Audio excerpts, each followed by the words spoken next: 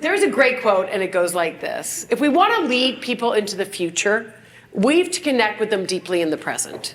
I'm going to say that again. If we want to lead people into the future, we have to connect with them deeply in the present. But when we use humor in that, it is way, way more powerful.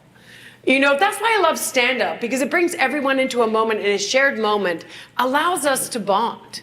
You know, if we look up the definition of connectivity, which is a theme of this conference, it is all computer related.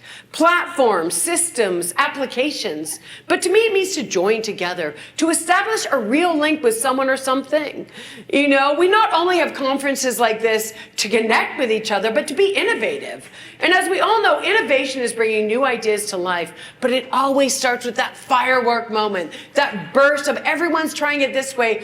I feel like I'm going to try it this way. Where all great ideas are born, right? So innovation is bringing those new ideas that we created to life. So innovation is linked to productivity, efficiency, quality of service. But most importantly, what does it do? It helps build relationships, which leads to a deeper understanding of purpose. When we feel connected to someone or something, it makes us want to help. It makes us feel inspired, and it makes us want to create. That's what it's all about. But we truly are connecting so differently nowadays. So I want to share this story with you because it's something, oh my gosh. My husband and I, we were so excited. We were going to be going to Vegas for a friend's wedding. And so much planning went into this vacation because we were leaving our children for the first time. Like 3 kids, planning to leave them is a lot, you know? Yeah, you're all nodding at me. I love it. All right? And we were so excited, and we got to the airport, and we went to the kiosk, and it wouldn't print our boarding pass. So we were forced to go up to the guy at the check-in. And we go up to the guy, and I'm like, here's our reference number. We're so excited. We're going to Vegas.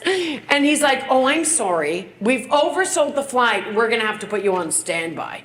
What exactly? Now, I know that's happened to so many people here. But the thing I don't have is patience. Because I'm leaving my children. Right? Like I say to the guy, you got to get me on this flight. First of all, I'm sick of listening to Mo Bamba and Baby Shark. Right? They take all my money. They don't pretend to like me. And I'm sick of hiding my booze in my coffee mug. Right? I'm like, you got to get me on this flight. And he's like, sorry, ma'am. He called me ma'am. Exactly. He's like, you're going to have to proceed through security, and they will let you know at the gate. And I'm like, you don't understand. You got to get me on this flight because my oldest daughter hates me so much right now. Her caller ID for me just says my dad's wife. I'm like, you got to get me on this flight. He's like, proceed through security. They will let you know at the gate. So I go through security, and I do what anyone would do in my situation. I go to the bar, I get a drink, I pretend I'm in Vegas.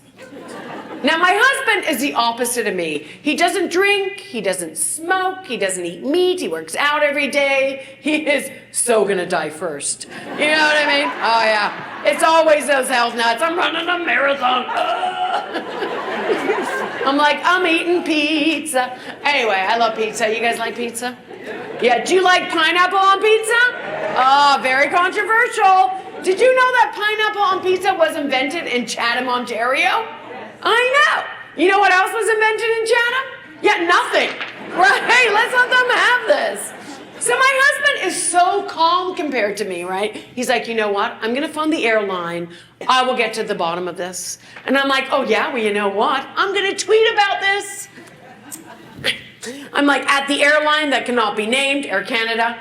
Yeah, you've oversold my flight. I'm going to miss the wedding. Was looking forward to being away from the kids. #, crappy airline. Meanwhile, my husband is just listening to bad music. Hasn't gone through to anyone. Air Canada already tweeted me back. At KateDavis comic, your ticket is by the gate. # great airline. I'm like, at Air Canada, I think you should buy me an iWatch for my stress. # great airline. I couldn't believe it. Not only did me tweeting about it make them connect with me immediately, but they connected with me with humor. Like, what are they, WestJet? Like, what is happening? And I love it and I hate it. We all know I am social media overwhelmed, and we all know it can unite us or it can divide us. If we feel things are unfair, or we feel we've been wrong, we can tweet about it. We can put it on Facebook, you know, but it's just even with my kids, I won't let them do something. All of a sudden, my mother is calling me. Yeah, which is weird because she lives in my basement. Right? And she's like, why won't you let Jaden ride his bike? I'm like, how do you know that? She's like, it's on his Insta. I'm like, when did Grandma start calling it Insta? Look, we want the newest, fastest, most stable connection possible. We want to know what each other's doing. Where are you? Send me an Insta message so we can feel connected. Do you guys realize that there are over 700 million tweets a day? And if that doesn't resonate with you, that would be the entire Harry Potter series being published every 7 seconds. That is how much we are connecting. But maybe our handheld devices are just mimicking that natural connection we all know on some level is there.